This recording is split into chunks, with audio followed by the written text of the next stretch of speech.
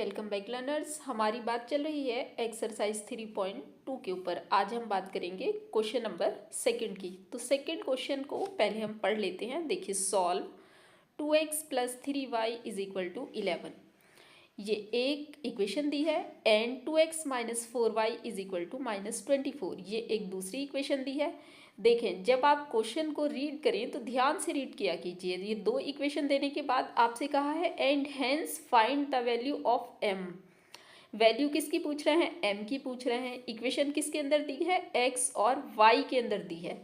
For which, अब m वाली तो कोई इक्वेशन ही नहीं है आपके पास, तो इन्होंने आगे ये रिलेशन दिया है y is equal to M X plus 3।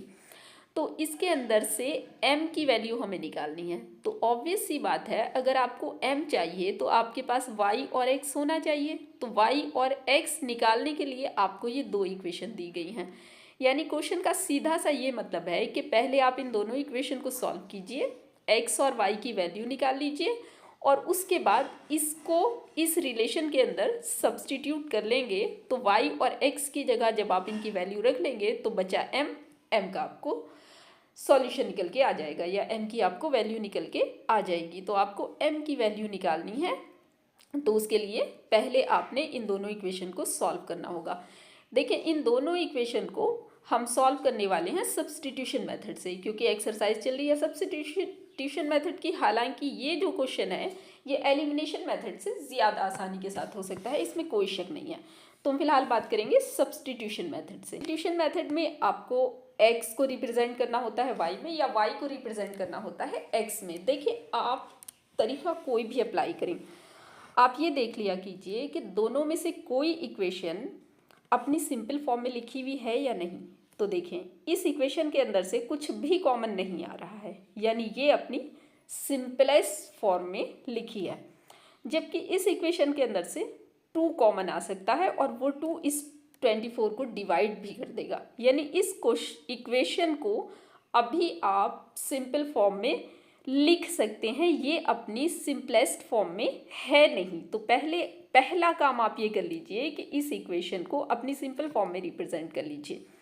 तो यहाँ हमने लिखा और, यानी सेकंड इक्वेशन को ऐसे भी लिखा जा सकता है। 2 कॉमन ले लीजिए, आप कॉमन लेके ब्रैकेट स्टार्ट करते हैं। इस x को आप x लिख लीजिए, क्योंकि 2 से 2 को डिवाइड कीजिए 1 आ जाएगा, तो ये x बचा आपका। ये वाला माइनस लगाइए। अब 2 से 4 को डिवाइड करें तो 2 मिलता है ना, 2, और उसके बाद ये y लगाइए और उसके बाद आप माइनस के 24 को ऐसे ही लिख लीजिए।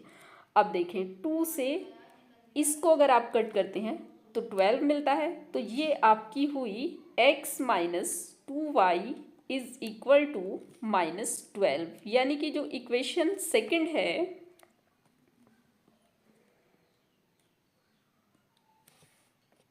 -12, यानी कि जो इक्वेशन सेकंड है वो इस फॉर्म में लिखी जा सकती है ना।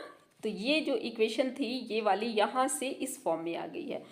अब आपने फर्स्ट के लिए इसको देखना है, सेकंड के लिए इसको देखना है। अब दोनों इक्वेशन अपनी सिंपल फॉर्म में है। अब यहाँ से क्योंकि सब्सटीट्यूशन मेथड से करना है, तो सब्सटीट्यूशन मेथड आसान कब रहेगा, कौन सी इक्वेशन को किसके बराबर लिखना आसान रहेगा, ये तो हम पहले सीख चुके हैं कि करना क्या है, या तो x को y के टर्म में लिखना है या y को x के टर्म में लिखना है। अब कौन सी इक्वेशन से आसान रहेगा ये समझिए। देखें, यहाँ x का कोफिशिएंट है 2, यहाँ y का कोफिशिएंट है 3, यहाँ x का कोफिशिएंट है 1, कोई नहीं है तो वहाँ 1 मानते हैं, यहाँ y का कोफिशिएंट है 2। तो आपको इक्वेशन सेकंड को यूज़ करना चाहिए, आपका क्वेश्चन ज़्यादा आसानी के साथ हो जाएगा। तो फ्रॉम इक्वेशन सेकंड,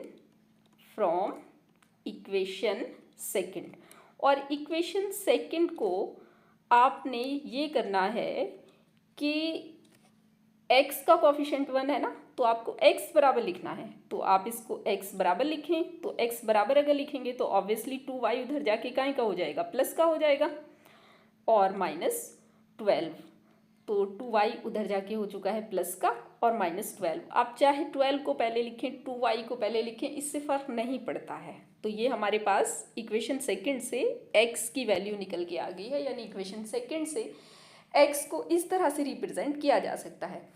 अब इस वैल्यू को जाहिर बात है अगर हमने सेकंड से निकाली है तो कहाँ रखेंगे, फर्स्ट के अंदर रखेंगे। सब्स्टिट्यूशन मेथड में ये सबसे ध्यान देने वाली बात है कि अगर आपने इसको सेकंड से निकाला है तो आप इसको सब्स्टिट्यूट कीजिए, पुट कीजिए, रख दीजिए कहाँ, इक्वेशन फर्स्ट के अंदर। Putting this value in equation first, in equation first, तो हम इसको इक्वेशन फर्स्ट के अंदर पुट कर देते हैं। तो x हमारा कितना निकल के आया था, x निकल के आया था, हमें मिला था x is equal to 2y minus 12, ये मिला था ना। तो ये x की जो वैल्यू है ये हमें कहाँ रखनी है, इक्वेशन फर्स्ट के अंदर रखनी है। ये रही आपकी इक्वेशन फर्स्ट, और इक्वेशन फर्स्ट में x यहाँ है तो आप यहाँ पर ही वैल्यू रख लीजिए। तो 2 पहले आप ऐसे ही लिखिए और x की जगह आप ये लिख दीजिए 2y माइनस 12, और ब्रैकेट को बंद कीजिए। आप ब्रैकेट ज़रूर लगाइए, अगर आप ब्रैकेट नहीं लगाएंगे तो उसका मतलब होगा 2y से मल्टीप्लाई, ब्रैकेट लगाने के बाद इसका मतलब हुआ 2 की मल्टीप्लाई 2y से भी है और 12 से भी है, तो इसलिए ब्रैकेट लगाना बहुत ज़रूरी है। प्लस 3y और इज इक्वल 11। उसके बाद आप 2 की अंदर मल्टीप्लाई कर दीजिए तो ये आ जाता है 4y minus 24 plus 3y is equal 11। उसके बाद आप 4y और 3y को ऐड कर दीजिए। ऐड क्यों करना है, दोनों के निशान सेम है, सेम निशान वालों को ऐड किया जाता है। तो ये आपका आ जाता है 7y। 4 और 3 को ही क्यों ऐड किया, क्योंकि ये लाइक टर्म है, y वाले हैं, ये तो y वाला है नहीं ना 24, तो 24 कांस्टेंट है, इसे 11 की साइड ले जाएंगे जो कि पहले से ही कांस्टेंट है 11, तो इनको हमने एक साइड ले लिया है। अब ये हमारे पास आगे आता है 7y is equal to, obviously जोड़ेंगे तो 35 आ जाएगा। तो अब आप 7 से 35 को डिवाइड कीजिए तो ये आपका आ जाता है 5, यानी y की जो आपको वैल्यू मिली है वो 5 मिल गई है। अब देखें y की इस वैल्यू के लिए आपने x की वैल्यू निकालनी है अभी, क्योंकि ये x की वैल्यू नहीं है, ये तो बस आपने इक्वेशन को x बराबर लिख दिया है। इक्वेशन को x बराबर लिखा जा सकता है, y बराबर लिखा जा सकता है, कांस्टेंट टर्म के बराबर लिखा जा सकता है। तो ये वैल्यू नहीं है, ये इक्वेशन है, इसके अंदर x और y दोनों आ रहे हैं। वैल्यू ये है, y की वैल्यू 5 है। अब इस वैल्यू को चाहे आप फर्स्ट में रखें चाहे सेकंड में रखें, आपके क्वेश्चन का जवाब आपको मिल जाएगा। तो हम इसको इक्वेशन फर्स्ट के अंदर रख देते हैं। Putting this value in equation first. अब कोई रेस्ट्रिक्शन नहीं है, चाहे फर्स्ट में रखें चाहे सेकंड में रखें।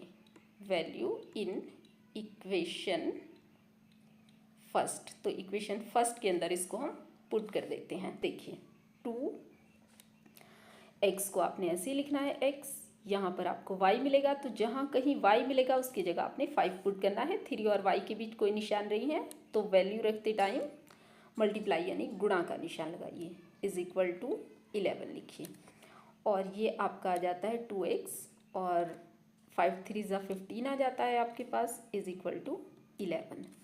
या आपके पास आगे आ जाता है 2x is equal to 11 minus 15, या आपके पास आगे मिलता है, ये आप सब्ट्रैक्ट करेंगे तो ऑब्वियसली -4 आएगा। अब 2 से 4 को डिवाइड कीजिए तो 2 मिलेगा, तो आपको x इज इक्वल टू मिला है -2, यानी x की वैल्यू आपको -2 मिली है और y की वैल्यू आपको 5 मिली है। अब ये वैल्यू गिवन रिलेशन के अंदर उठा के रख देते हैं। अब क्वेश्चन आपको याद था ना, वैल्यू हमें किसकी निकालनी है, m की निकालनी है। ये देखिए क्वेश्चन को फिर से रीड कीजिए, हमें वैल्यू किसकी निकालनी थी, find the value of m for which y is equal to mx plus 3। तो ये रिलेशन था जिसके लिए हमें m की वैल्यू निकालनी थी। तो m की वैल्यू निकालने के लिए इस रिलेशन के अंदर x और y की वो वैल्यू उठा के रख देते हैं जो हमने अभी अभी निकाल के लाए हैं। हम इन वैल्यूज़ को उठा के कहाँ रख देते हैं, गिवन रिलेशन के अंदर रख लेते हैं, y बराबर mx प्लस 3 के अंदर, क्योंकि हमें वैल्यू किसकी निकाल के लानी है, m की निकाल के लानी है। तो y की जगह आप कितना रखिए, ये 5 रखिए, तो y की जगह हमने रख दिया है 5 इज इक्वल, m को आप m लिखिए, मल्टीप्लाई का निशान लगाइए, x की जगह आप रखिए -2 और प्लस 3 को 3 रखिए। अब उसके बाद आप 5 को 5 रखिए, -2m को यही लिखिए, प्लस 3 को 3 लिखिए। अब देखें 2m काहे का है आपका, माइनस का है, तो 2m को अगर आप इधर लेके आएंगे तो ये प्लस का हो जाएगा, और 5 को 3 की साइड लेके आइए। ये करना क्यों है, आपको m वालों को एक साइड करना है, बिना m वालों को दूसरी साइड करना है। तो 2m को आप इधर लेके आएंगे तो ये हो जाएगा आपका प्लस का, और ये 5 इधर का है प्लस का, तो जब आप 5 को इधर लेके जाएंगे तो ये हो जाएगा आपका माइनस का। 3 पहले से इधर है, तो अब आपके पास आएगा 2m बराबर -2। अब आप 2 से 2 को डिवाइड कर दीजिए, 1 टाइम्स कटेगा, तो m बराबर आपका आता है -1। ये m की वैल्यू हमें मिल गई है, m की वैल्यू हमसे पूछी जा रही थी और m की वैल्यू निकल के आ गई है -1। ये इस क्वेश्चन का आंसर हुआ। मैं हूँ आपकी टीचर फातिमा, मिलते हैं नेक्स्ट क्वेश्चन की वीडियो के साथ।